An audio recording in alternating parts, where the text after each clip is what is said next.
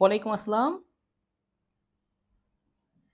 ওয়ালাইকুম আসসালাম, সবাই একটু তাড়াতাড়ি যুক্ত হয়ে যান।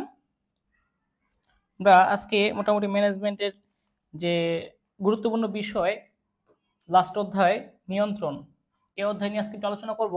তো বলে রাখছি, এক্সামে এই যে ম্যানেজমেন্টের এই লেকচার থেকে সমন্বয় সাধন থেকে সাধারণত আসে না, তবে নিয়ন্ত্রণ থেকে আপনার একটা আসতে পারে, মিনিমাম একটা আসবেই, একটা বা সর্বোচ্চ দুইটা, একটা আসবে বলা যায়। ব্যবসা সংগঠন সেকেন্ড পেপারের নিয়ন্ত্রণ থেকে একটা এমসিকিউ বা একটা ওই লিখিত অংশ থেকে থাকে, এই জন্য এই অধ্যায়টা একটু গুরুত্ব দেওয়া লাগবে, মিনিমাম একটা থাকবে, একটা থাকবেই, এটা বলা যায়। সবাই নিশ্চয়ই ভালো আছেন।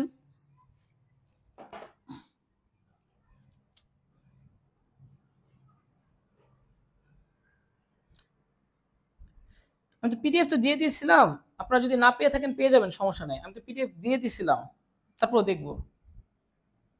ওকে, তারপর কিছু বৈশিষ্ট্য আছে নিয়ন্ত্রণের। হ্যাঁ, নিয়ন্ত্রণের কিছু বৈশিষ্ট্য, নিয়ন্ত্রণের বৈশিষ্ট্য, এটা দিয়ে আগে শুরু করি। হ্যাঁ, যেগুলো জানাটা অপরিহার্য। যেমন এটা হচ্ছে একটা আপনার সর্বশেষ কাজ। নিয়ন্ত্রণ হচ্ছে ব্যবস্থাপনা প্রক্রিয়ার সর্বশেষ কাজ, সবার শেষে নিয়ন্ত্রণ করতে হয়। এরপরে এটা হচ্ছে নিয়ন্ত্রণের ভিত্তি পরিকল্পনা, এই প্রশ্নটা সবচেয়ে বেশি আসছে। হ্যাঁ, নিয়ন্ত্রণের ভিত্তি পরিকল্পনা, অর্থাৎ পরিকল্পনা কিরকম তার উপর ভিত্তি করে আমাদের নিয়ন্ত্রণ করতে হয়। হ্যাঁ, নিয়ন্ত্রণের ভিত্তি হচ্ছে পরিকল্পনা। এরপর নিয়ন্ত্রণ হচ্ছে একটি কালান্তিক কাজ। কালান্তিক মানে কালের অন্তে করতে হয়, শেষে। কালান্তিক কাজ। নিয়ন্ত্রণ একটি অবিরাম প্রক্রিয়া, এটা চলতেই থাকবে, যতদিন প্রতিষ্ঠান রয়েছে ততদিন নিয়ন্ত্রণ থাকবেই, ঠিক আছে। আর নিয়ন্ত্রণ এটা হচ্ছে আপনার একটা ঊর্ধ্বতন ঊর্ধ্বতন কর্মকর্তাদের কাজ, যারা প্রতিষ্ঠানের উপরি পর্যায়ের লোক, ঊর্ধ্বতন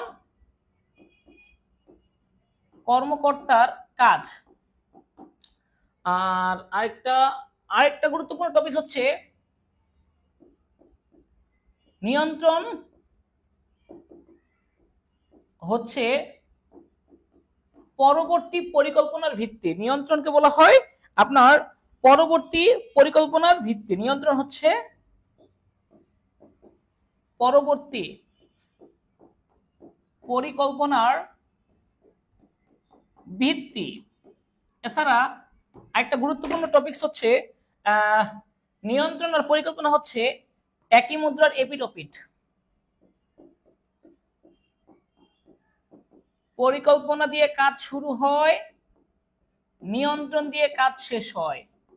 এজন্য পরিকল্পনা এবং নিয়ন্ত্রণকে বলা হয় একই মুদ্রার এপিঠ ওপিঠ। পরিকল্পনা দিয়ে শুরু, নিয়ন্ত্রণ দিয়ে শেষ, আবার পরিকল্পনা দিয়ে শুরু, নিয়ন্ত্রণ দিয়ে শেষ, আবার পরিকল্পনা দিয়ে শুরু, নিয়ন্ত্রণ দিয়ে শেষ। অর্থাৎ পরিকল্পনা এবং নিয়ন্ত্রণ একই মুদ্রার এপিঠ ওপিঠ, একই মুদ্রার এপিঠ ওপিঠ। পরিকল্পনা নিয়ন্ত্রণ হচ্ছে একই মুদ্রার এপিঠ ওপিঠ। সর্বশেষ কি দেখেন, নিয়ন্ত্রণকে বলা হয় সর্বশেষ কাজ, কারণ ব্যবস্থাপনা প্রক্রিয়ায় কাজ শুরু বা প্রধান কাজ হচ্ছে পরিকল্পনা, তারপরে সংগঠন, তারপরে কর্মী সংস্থান, তারপরে নির্দেশনা, তারপরে প্রেষণা, তারপরে সমন্বয় সাধন, এবং সবার শেষে গিয়ে করতে হয় নিয়ন্ত্রণ। নিয়ন্ত্রণের ভিত্তি পরিকল্পনা। ওকে, নিয়ন্ত্রণ কাকে বলে? পরিকল্পনা অনুযায়ী কাজ হচ্ছে কিনা সেটা নিয়ন্ত্রণ প্রক্রিয়ায় দেখা হয়। নিয়ন্ত্রণ হচ্ছে পূর্ব পরিকল্পিত আদর্শ মান অনুযায়ী আপনার প্রকৃত কার্যফল পরিমাপ, বিচ্যুতি নির্ণয় এবং সংশোধনমূলক ব্যবস্থা গ্রহণ, এ হচ্ছে আমাদের নিয়ন্ত্রণের বৈশিষ্ট্য। আর এটা হচ্ছে পরিকল্পনা অনুযায়ী কাজ হচ্ছে কিনা সেটা দেখা, এটা হচ্ছে মূল কাজ। পরিকল্পনা অনুযায়ী কাজ হইতেছে কিনা। কালান্তিক কাজ, কালান্তিক মানে কি, এটা শেষে করতে হয়, প্রথমে করতে হয় না বা মাঝে করতে হয় না, নিয়ন্ত্রণ করতে হয় শেষে, সপ্তাহের শেষে, দিনের শেষে, মাসের শেষে, বছরের শেষে, শেষে করতে হয়। অবিরাম প্রক্রিয়া, এটা নিয়মিতভাবে করতে হবে। আপনি যদি একদিন নিয়ন্ত্রণ করেন, আরো 2 দিন নিয়ন্ত্রণ না করেন, 1 মাস নিয়ন্ত্রণ করেন, পরবর্তী 3 মাস কোনো নিয়ন্ত্রণ না করেন, কাজ ঠিকভাবে হবে না। এটা অবিরাম ভাবে চলতে থাকবে। ঊর্ধ্বতন কর্মকর্তা কাজ, প্রতিষ্ঠানের যারা আপনার মালিক, চেয়ারম্যান, ব্যবস্থাপক, তারা এটা নিয়ন্ত্রণ করে। মালিক, ব্যবস্থাপক, সিইও, এটা হচ্ছে তারা নিয়ন্ত্রণ করে থাকে, ঠিক আছে। এটা হচ্ছে ঊর্ধ্বতন কর্মকর্তার কাজ। নিয়ন্ত্রণ হচ্ছে পরবর্তী পরিকল্পনার ভিত্তি। প্রথম প্রশ্ন, নিয়ন্ত্রণের ভিত্তি পরিকল্পনা, আর পরবর্তী পরিকল্পনার ভিত্তি সেটা হচ্ছে নিয়ন্ত্রণ। কারণ একবার নিয়ন্ত্রণ শেষ হইলো, শেষ হওয়ার পরে আবার কি শুরু হবে, পরিকল্পনা দিয়ে কাজ শুরু হবে। এজন্য নিয়ন্ত্রণকে বলা হয় পরবর্তী পরিকল্পনা, আমি পরের পরিকল্পনার ভিত্তি। নিয়ন্ত্রণ হচ্ছে পরবর্তী পরিকল্পনার ভিত্তি। পরের পরিকল্পনা যা করব ভুল ত্রুটি আছে কিনা সেটা নিয়ন্ত্রণ অনুযায়ী দেখা হয়। সর্বশেষ, পরিকল্পনা এবং নিয়ন্ত্রণ এই দুটো হচ্ছে একই মুদ্রার এপিঠ ওই পিঠ।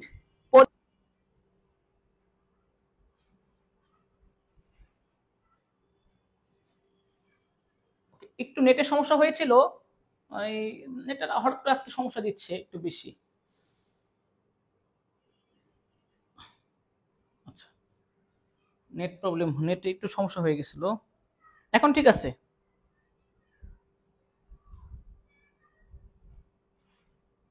আচ্ছা, একটু নেটে একটু সমস্যা হয়ে গেছিল।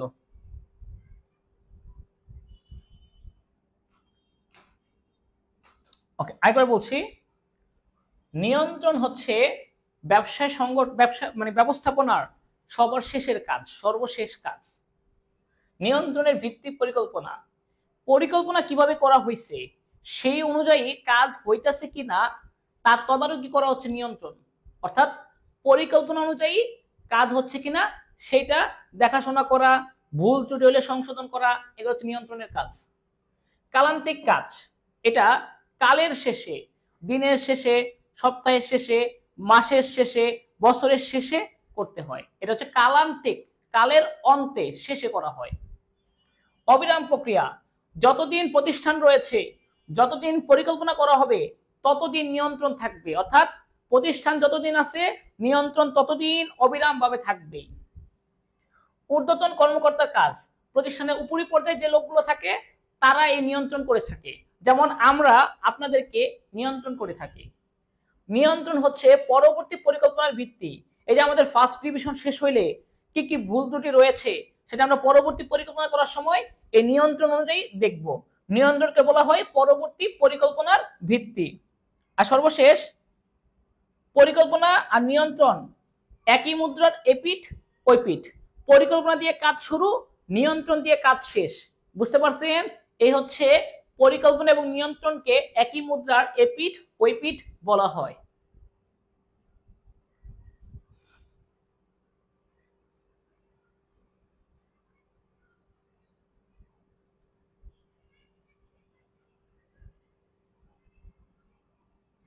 হ্যাঁ, নিয়ন্ত্রণ এবং পরিকল্পনা একই মুদ্রার এপিঠ ওই পিঠ।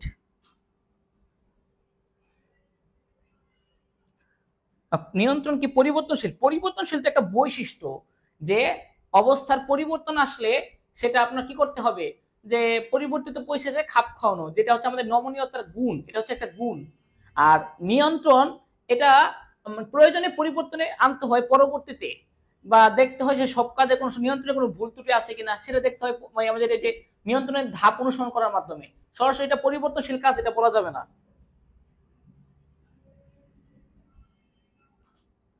ওয়ালাইকুম আসসালাম।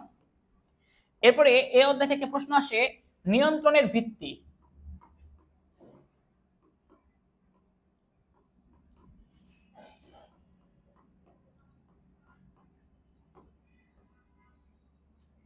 নিয়ন্ত্রণের ভিত্তি কয়টি? 5টি, মাথায় রাখবেন। হ্যাঁ, নিয়ন্ত্রণের ভিত্তি কয়টি? 5টি।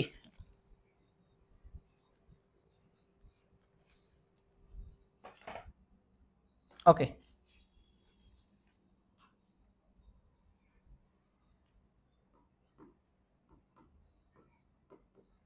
আদর্শ মান নির্ধারণ। 5টা বৃত্তির মধ্যে প্রথম আর শেষটা বেশি আসে। প্রকৃত কার্যফল পরিমাপ।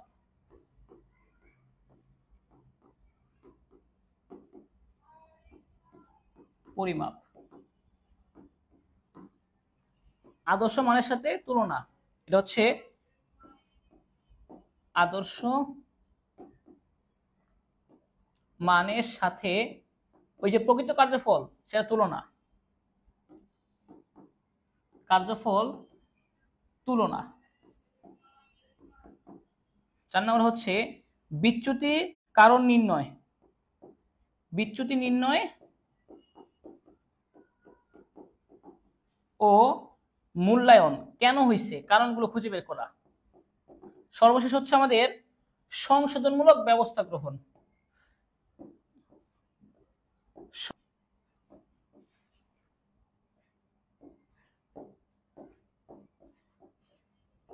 ওকে, আমি একটু বুঝাচ্ছি, একটু বোঝানোর বিষয় সাথে বলছি।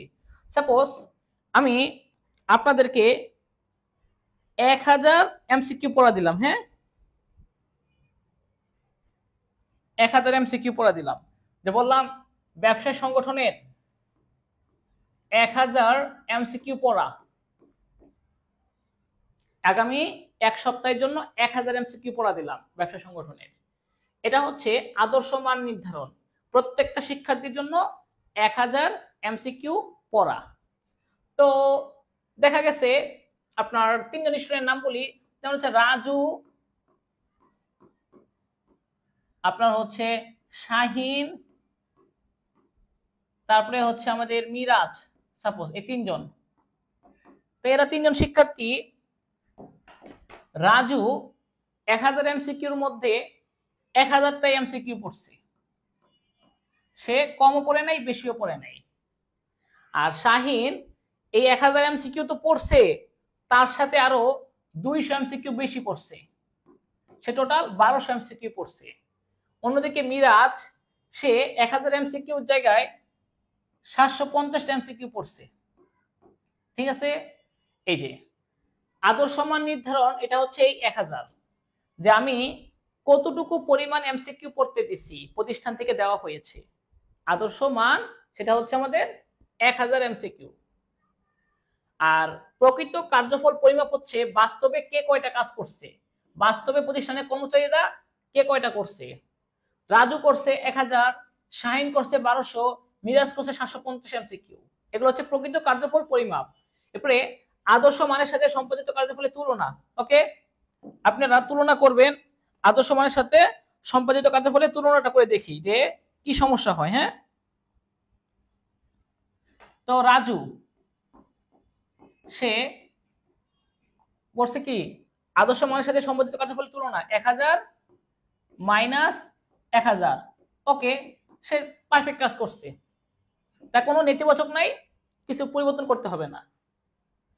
1200 সে করছে 1000 এমসিকিউ জায়গায় 1200 করছে, প্লাস 200 এমসিকিউ বেশি করছে। আর সে মিরাজ দেখা যাচ্ছে আমাদের শাহিন আর মিরাজ 750 এমসিকিউ করছে, কিন্তু দিয়েছিলাম আমি 1000,